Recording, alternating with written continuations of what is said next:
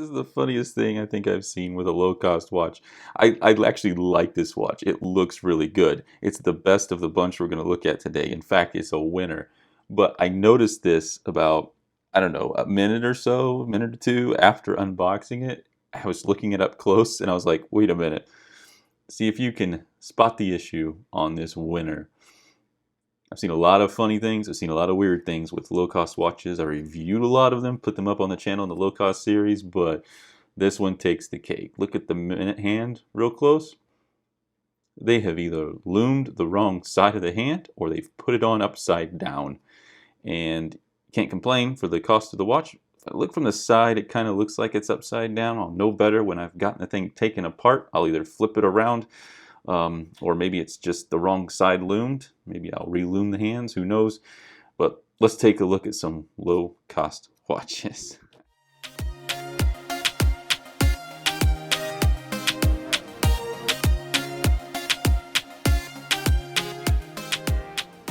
Hey everyone, welcome to Watch Complications. This is a video in my low-cost watches series. If you want to see the blog post that accompanies this, check out my site, watchcomplications.com. If you find this interesting, hit that subscribe button and the bell if you want updates, and also check out my Instagram, watch_complications. Now, I have a watch in my collection that I absolutely adore. It's my Vacheron Royal Eagle Malt. It's a beautiful brown color, hints of red. It's a rectangular Tonneau style watch, and before that one caught my eye, I hadn't really considered rectangular watches that much. For some reason, they just didn't initially appeal to me when I got into this whole watch collecting enthusiast world. So I went searching around YouTube to see if I could find any review videos on rectangular watches.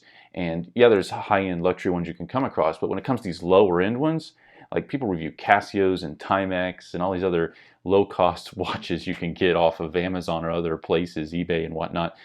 But I couldn't find any really low-cost rectangular watch reviews, so I thought, that's what we're gonna do. So I got on Amazon, looked at some of the deals, and I picked 3 watches. I've got 2 watches that are really men's style watches, 1 lady style watch, something new for this channel.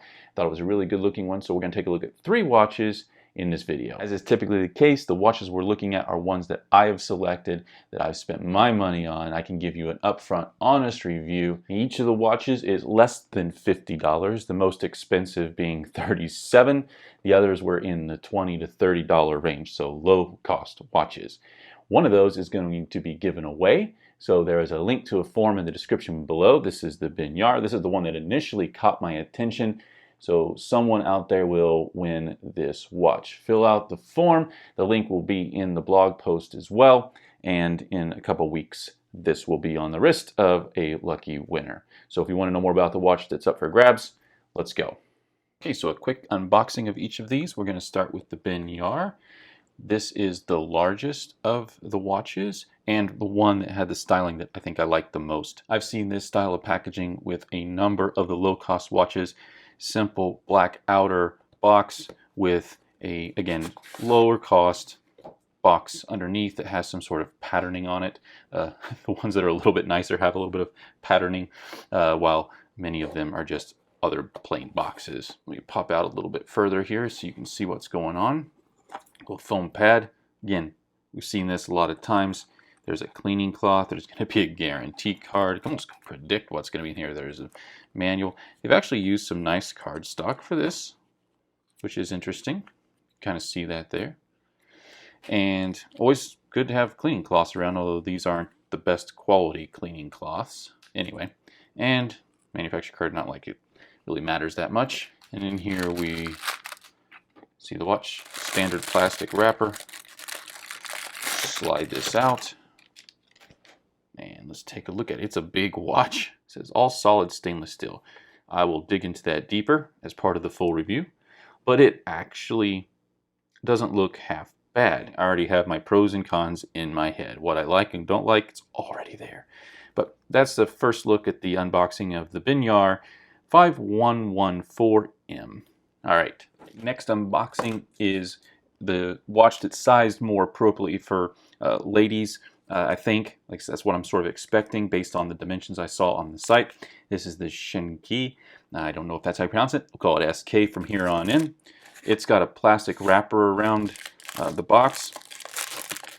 just keeping that box a little bit more protected from scratches and dings. This is just a simple white box. It's got a little black sleeve here on the end. Pop this open. And yeah, this is definitely more a lady's watch. I thought I'd really like this watch though. See, this would actually, it's really pretty. I'm gonna show what watches some of these are visually similar to in terms of their design, where they're kind of getting some of the design language from. Okay, you get the little manual in there. This is an accordion style, talking about the brand and time setting information, all that jazz. You know, I actually kind of like this simple box. Got a nice little tag on it here. Here it is out of the box. Really is tiny. I'll show it against the others here in a second. It's got a very dark blue strap. Might look a little black almost, maybe on the video, but hopefully that dark blue's coming through. It actually is simple, pretty, tells the time. I love the fact there's no date. The numerals are blued along with the hands and logo, so it's sort of one consistent look. It's wrapped up in plastic, and so we'll take a closer look at this K0155L. This has a Miyota movement in it, so that's the SK ladies watch. Looks like it would make a good, you know, inexpensive gift for someone. You know, if you're just being friends, you want to get a nice little simple watch, or they like simple quartz watches, might end up being a good option. We'll take a closer look at it. And finally, we have our third watch. Again, this one I have no idea what to expect. The picture online, let me show it to you. A little bit sketchy, not kind of sure what that printing is. Is it meant to look a little faded and vintage? Is it just the quality of the picture of it? But this is a winner. So let's see what it looks like. Typical foam interior. Just went with something a little bit different here with the collar. It's like a dark bronze copper color. Now this one actually, I think, is the size a little bit better. And ooh. Yeah, you know, I put this in my hand and I think about holding my VC.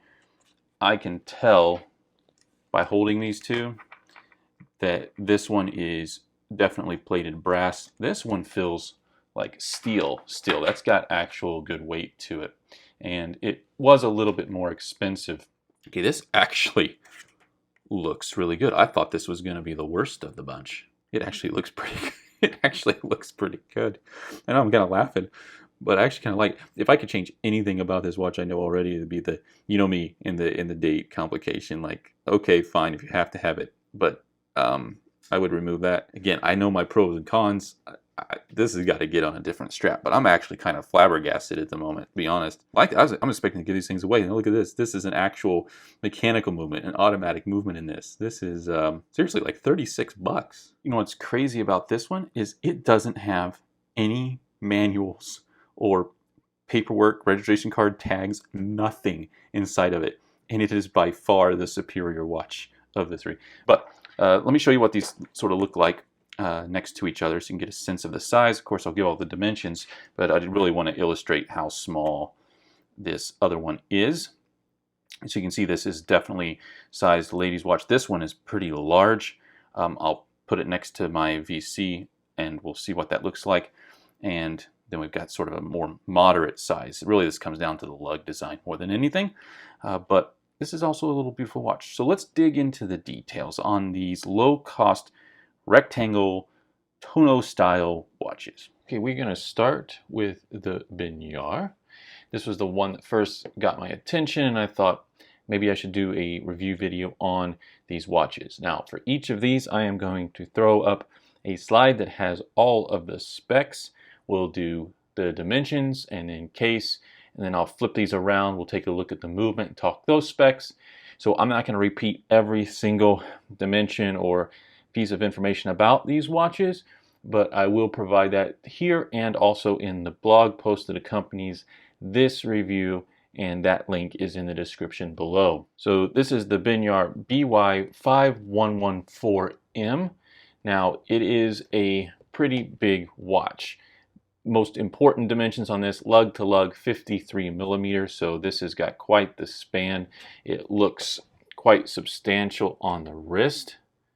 Pop out just a little bit so you can see that better. My wrist is about 7.5 inches, about 19 centimeters, and you can see it looks even big on my wrist. It's like if you want to make a statement, what goes along with that is just the size and the design of these lugs. Very pronounced, and I'll talk pros and cons in a second, but that's one thing to keep in mind. Big lug to lug, length 45 millimeter, almost 44.6, and our width at 37. As for the case on this, on the back it says all solid stainless steel. Typically that would be talking about just the case back. A lot of these low-cost watches, the case is some sort of plated metal, usually some sort of a brass or alloy, and then the case back might be stainless steel, and that's where they try to throw in that little marketing term about the case back being stainless steel. Well, it says it's all solid stainless steel. Whether it's talking about the case back or the case, neither is true. You can tell from the weight, this is not stainless steel. You'll be able to see when I take the case back off, looking inside, you'll see just how obvious it is that the case is plated, and then same thing here on the case back, you can just tell visually. If you look at enough watches, you know. So don't believe this. There's nothing on this watch that is stainless steel, particularly not all of it. Crystal on this is mineral, and I test all of these things, and then the crown is a regular push-pull crown. So this does have some lume, not great lume, on the dots, which are sort of a Breguet style hand. The small seconds has a little bit of a counterbalance. The strap is probably the nicest of the three. It's stamped as being genuine leather. It's also branded Benyar, both on the strap and on the buckle. It's, you know, only so-so. At least it's not like the weird faux glossy looking leather. It's, again, I think probably the best one of the three. And then the price on this one comes in at a low $29.99. So, you know, you're getting what you pay for, and maybe a little bit more in this case. This one caught my attention because I like the dial. It's actually an interesting look. There's almost a sector look to the interior, and you do have this track with these dots and diamonds on the interior. You know, logo neither here nor there. But you have this alteration between the designs where you've got sort of a circular pattern on the interior, you've got sort of a fanned and sunburst look here on the small seconds, and then sort of a wave pattern on the exterior here close to the edges of the case. So you've got this sort of a slate dark gray dial paired with these blue hands that are painted on the surface but meant to look like steel blue.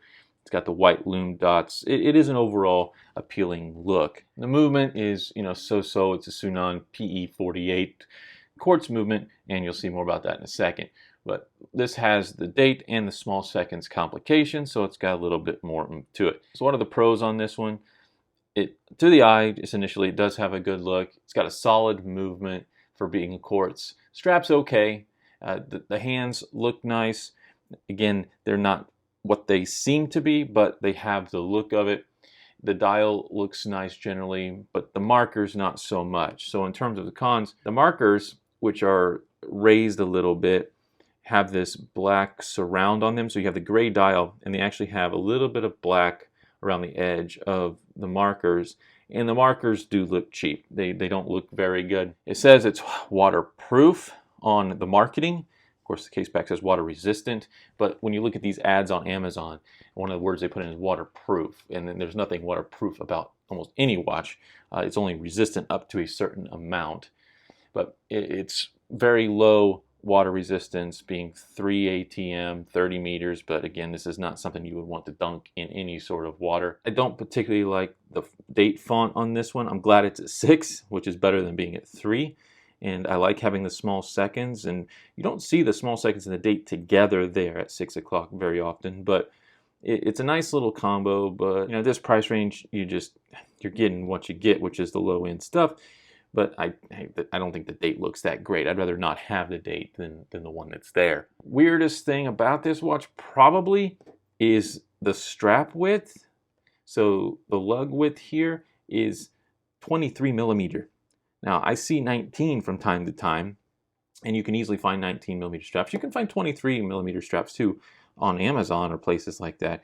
But it's just a weird size you don't see very often. But it's 23 millimeters. So if you were to get one of these, keep that in mind. If you want strap alternatives, you're looking for a very different, odd, one-off sort of strap size of 23 millimeter. Crown size, don't like that too much. It's just big. There was no need with this being a push-pull crown on a quartz watch. They've got sort of what's a double look here. Just slice half of that off and just have the basic regular crown. The design on it's fine, but you know, it's just not for me having it that big. Polishing on these watches never looks that great. It's just the plated brass, that's why. It does have this sort of seam in the middle, which you can kind of see there. And these just pair teardrop shaped lugs. It's just a little bit over the top for me. It's a little bit too much.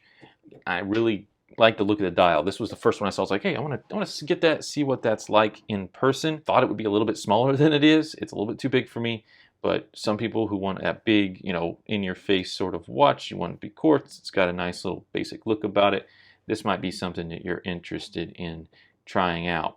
But just remember, it is not very water resistant, and it is fairly large on the wrist.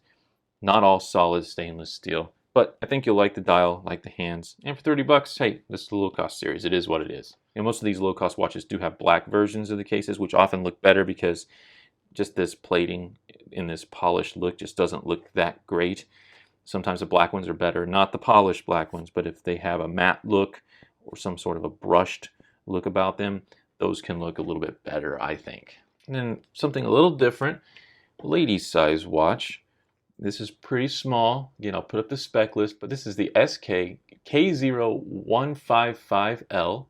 It is small, and it's only about 27 millimeters length, 22 millimeters width. That lug to lug, 33 millimeters. It's small, it's light, 21 grams, and it's got a strap width that's about 14 millimeter, a little bit over. So if you were going to get replacement straps for this, 14 millimeter is what you're looking at. This has a very standard quartz movement in it. So you'll see when we flip it over, the Miyota 2035. Fairly good accuracy for quartz, just basic, no complication, 3-hand movement, and it looks pretty good, I will say, for what it is. This is a fairly straightforward rectangle case. There's no curve to it, not even a subtle one.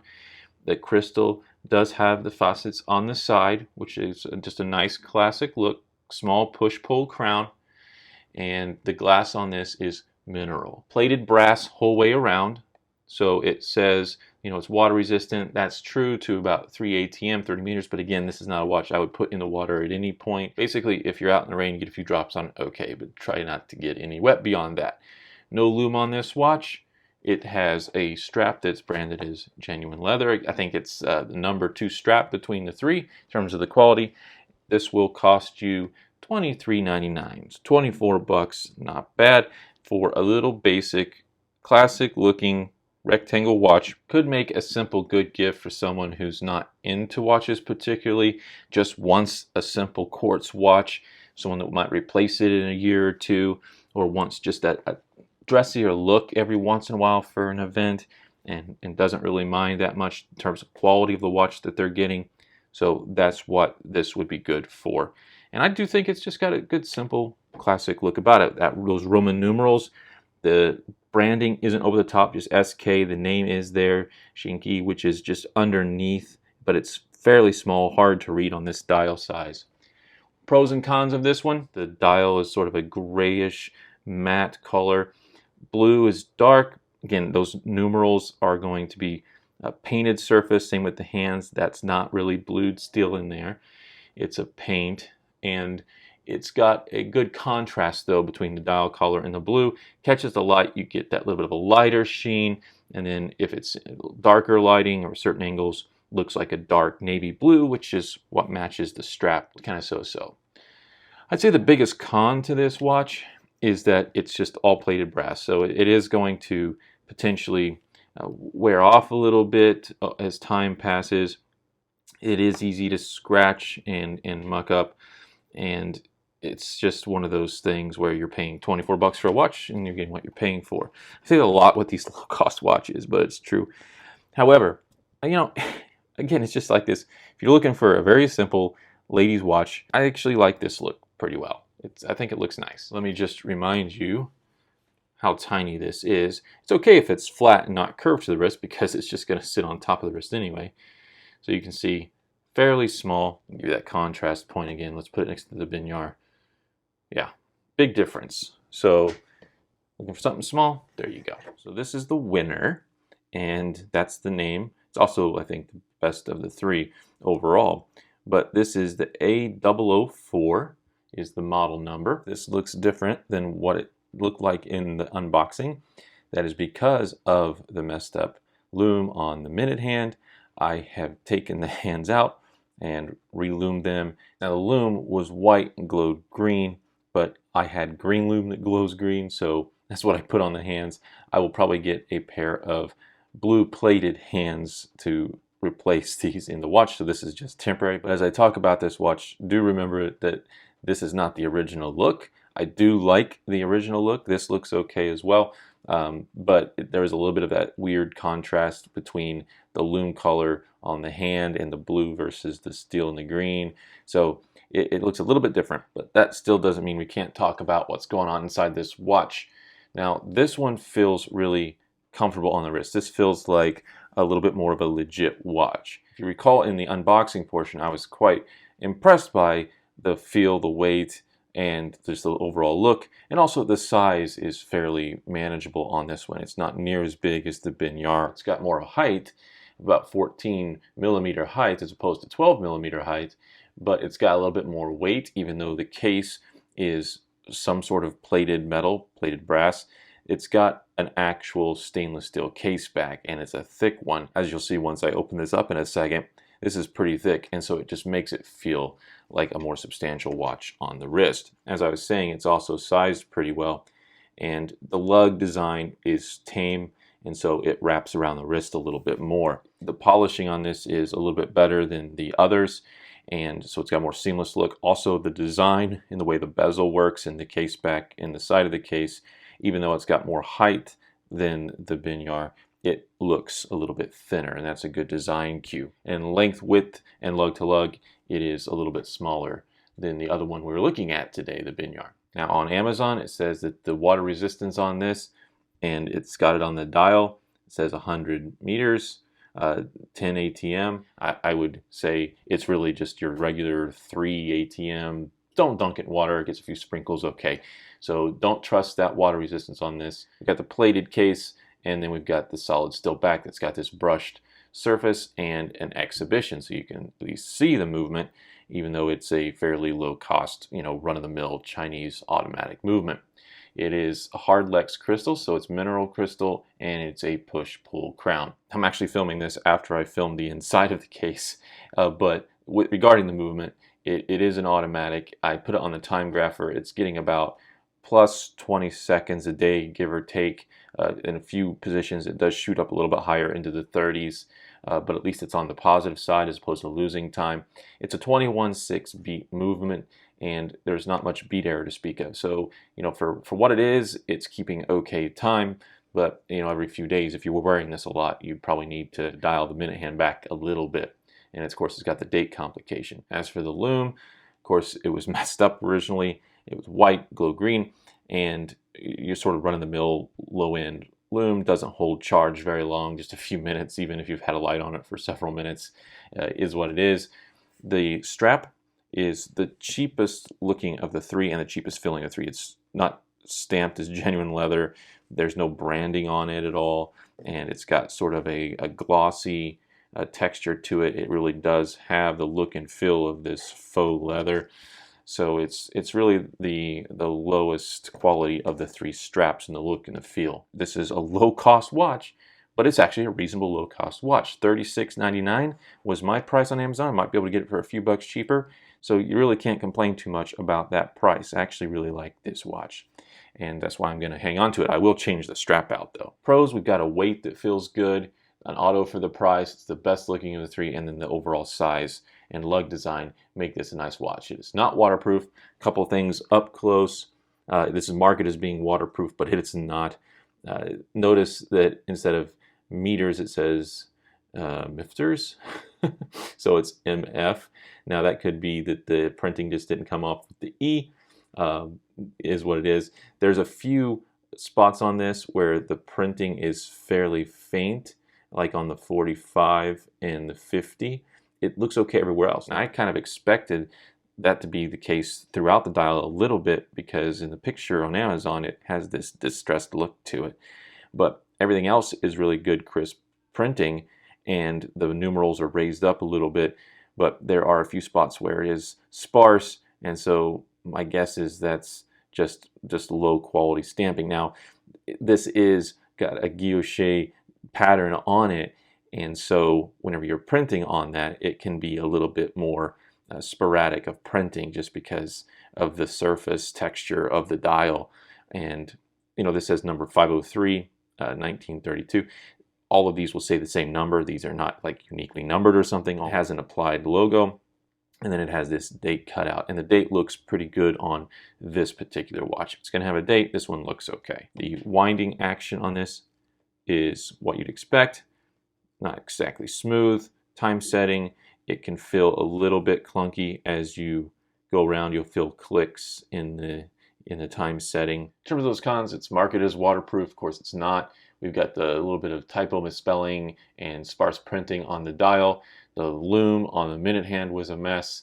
So I don't expect they would all be that way, but at least the one I got was, and the strap is no good.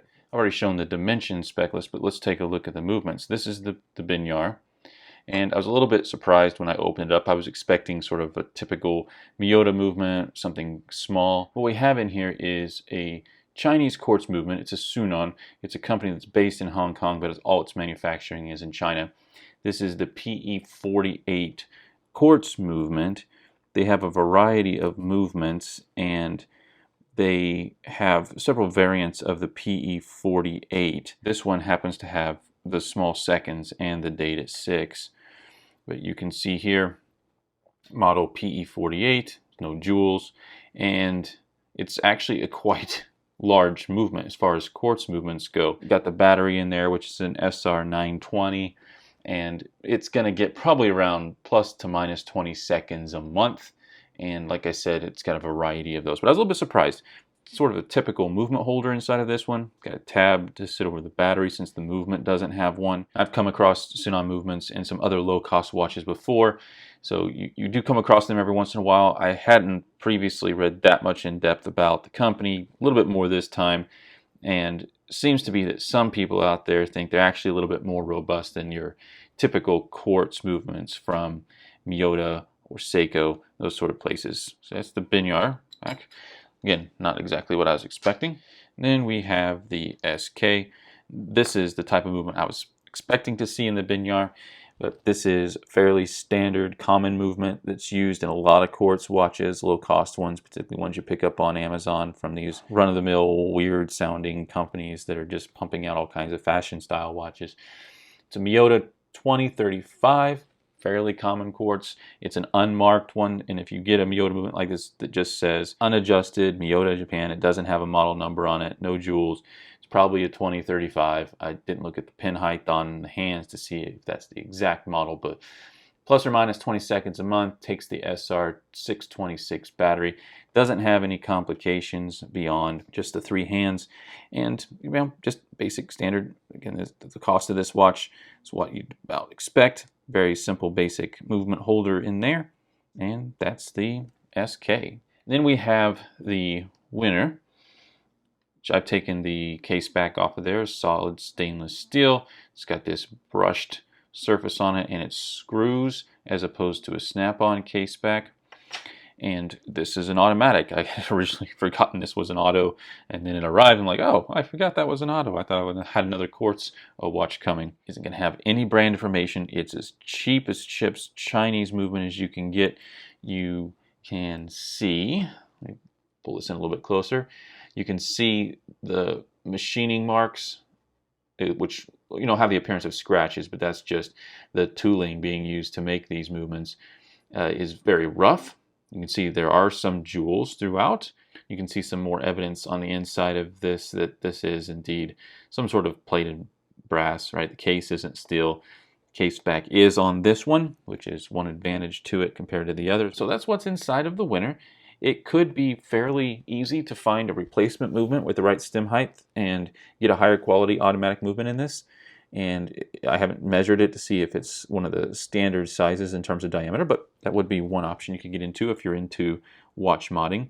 Really what it comes down to is it's got a cool looking dial, it's a case that's big enough to fit an automatic movement, and you probably find something else better to throw in there. Now, even though this is a low-cost review video, there's no reason why we can't have a little fun I've got my VC here sitting between the Benyar and the winner.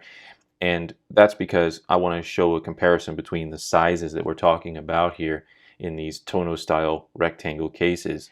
There's a lot of ways you can make it look thinner, feel thinner, and a lot of that comes down to lug and that lug design. The height on the Benyar is actually the slimmest.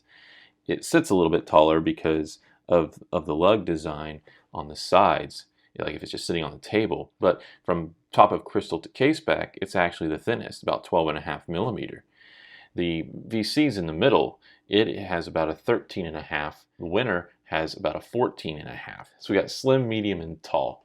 Now these two have the same lug to lug, 52 millimeter, bigger lug to lug on the Benyar. So even though it's got a slimmer profile, it's got bigger lug to lug and more pronounced lug to lug, and the length is bigger. It's 45 millimeter about, and the others are around 40, a little bit over 40 millimeter. Now where the difference really shows up in how wearable these are and how well they look, it really comes down to the lugs and that lug to lug.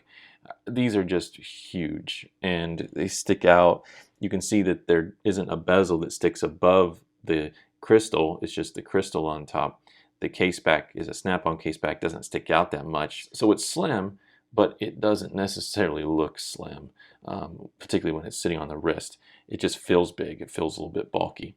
Whereas the winner, which is a much thicker case, has this more sort of raised bezel, kind of more of a traditional Tonneau style design. You can see the case back is also pronounced. So it's got more height to it, but it also keeps this slim look, because what your eye's really focused on is this center portion, and they kind of subtract out that raised crystal and case back. And then we've got the VC here, which has that same design, raised case back, raised bezel and crystal, but it maintains a nice slim profile. Well, if you're getting into rectangular Tonneau style watches, the big things to watch for are the side profile, what does that design look like, and the lugs themselves as part of that design.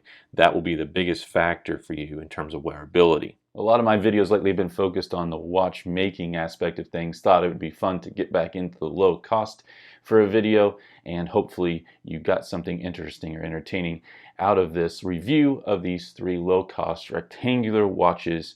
Might look at some more in the future. Don't forget, the Benyar is up for grabs in the giveaway. Link is in the description below. Thanks for hanging around. More content on the horizon, so if you want to stay in the know, consider subscribing and hit that bell if you want updates. Check out my site for all things watches, watchcomplications.com, and follow me on Instagram at watch_complications for daily photos. I'm Brian. I am out.